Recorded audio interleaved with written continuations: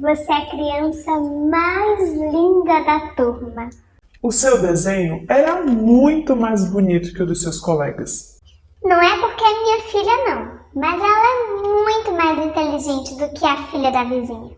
Eu fico me perguntando se o meu filho não veio de repente com esses seres evoluídos de outro planeta ajudar na evolução da humanidade. No episódio de hoje, vamos falar sobre elogio, especialmente o excesso de elogios aos nossos filhos.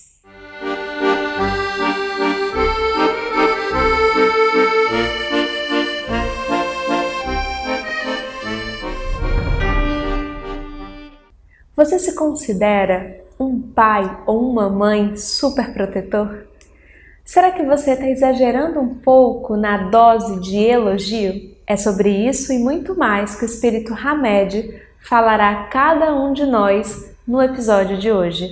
E para tanto, vamos escutar uma fábula sobre a águia e a coruja e pensar sobre certos retratos que não correspondem ao fato. A águia e a coruja. Depois de muita briga, a águia e a coruja decidiram por fim a sua guerra. Um abraço selou a nova amizade e prometeram ambas, com sinceridade, não devorar os filhotes das rivais.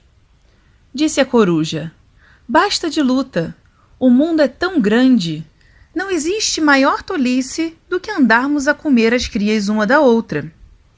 "Perfeitamente, também eu não quero outra coisa", respondeu a águia. "Nesse caso, combinemos isto. De agora em diante, não comerás nunca os meus filhotes." "Muito bem, mas como vou distinguir os teus filhotes? Descreve-me tais quais eles são, que juro haverei de poupá-los."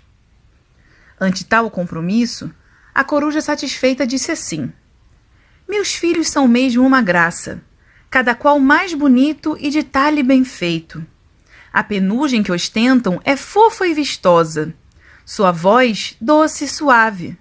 Se o achares, haverás de ver que mimos tão gentis não merecem morrer." Feito o pacto, saiu cada qual para um lado.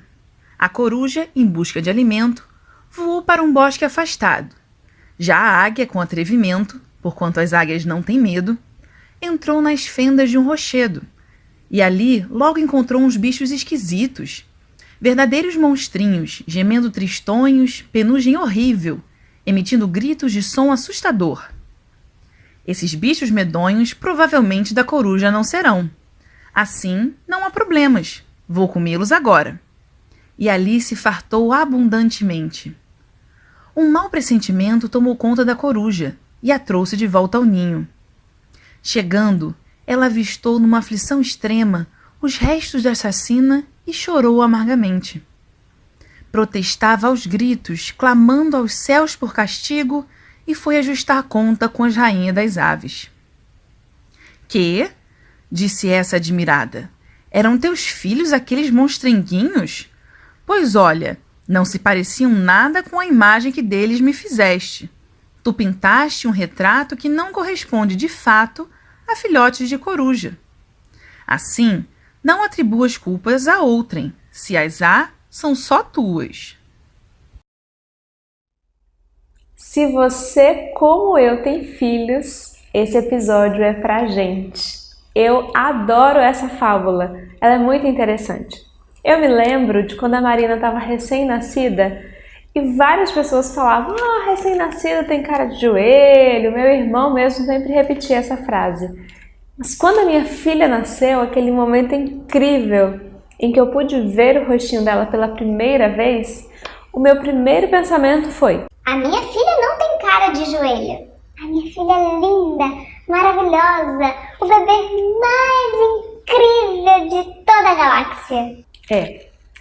Todos nós, ou a maioria de nós, tem um pouquinho dessa coruja. A lente através da qual a gente olha a nossa cria, aqueles que são ali, né, da nossa redoma, do nosso grupo, é uma lente um pouquinho distorcida, mas em muitos casos isso pode acontecer de um modo exagerado. pode ultrapassar um pouco esses limites do aceitável. E então o Espírito Hamed nos alerta sobre os pais super protetores que às vezes nós podemos ser. Algumas condutas que aparentemente são manifestações de carinho e de cuidado podem estar fora da dosagem adequada e se transformar num comportamento destrutivo, que ao invés de fortalecer, enfraquece os nossos filhos. Encontrar um ponto de equilíbrio entre a nossa firmeza, a nossa autoridade e ao mesmo tempo os nossos atos de carinho, de cuidado, de gentileza, não é uma tarefa fácil, nem para os pais e nem para os educadores. Será que estamos exercendo sobre os nossos filhos uma dominação asfixiante?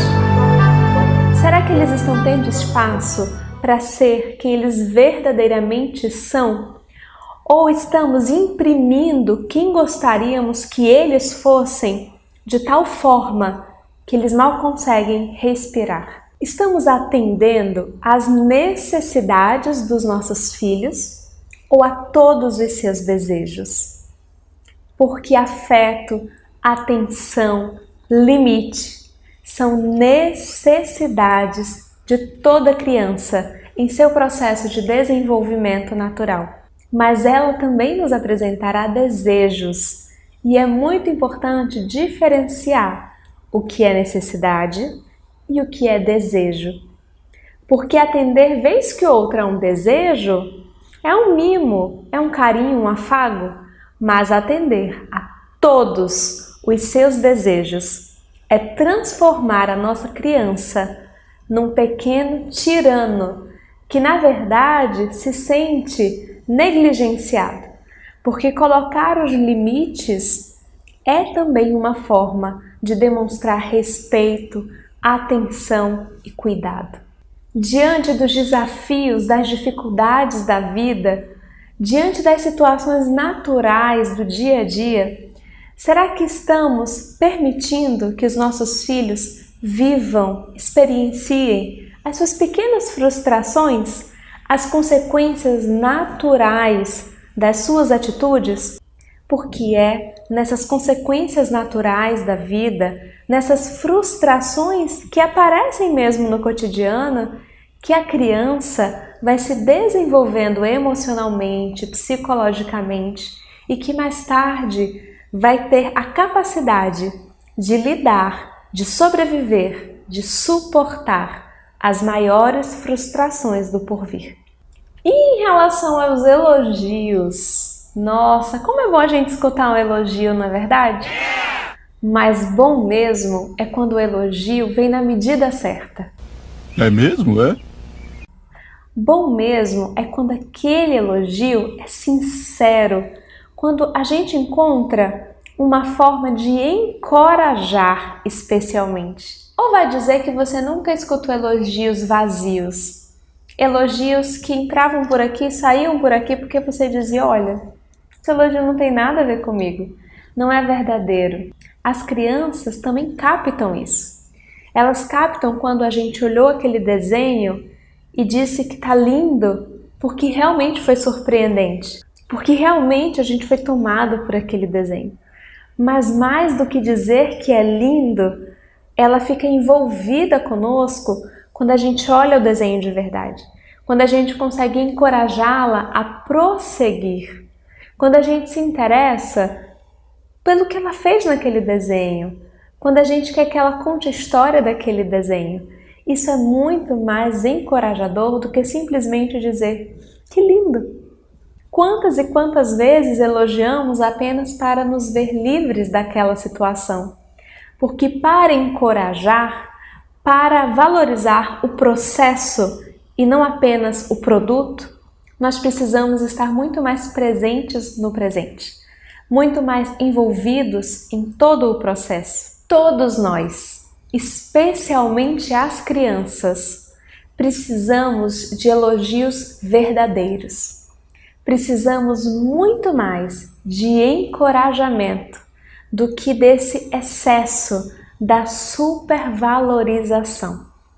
Tudo que os nossos filhos desejam de nós é se sentirem aceitos e amados incondicionalmente.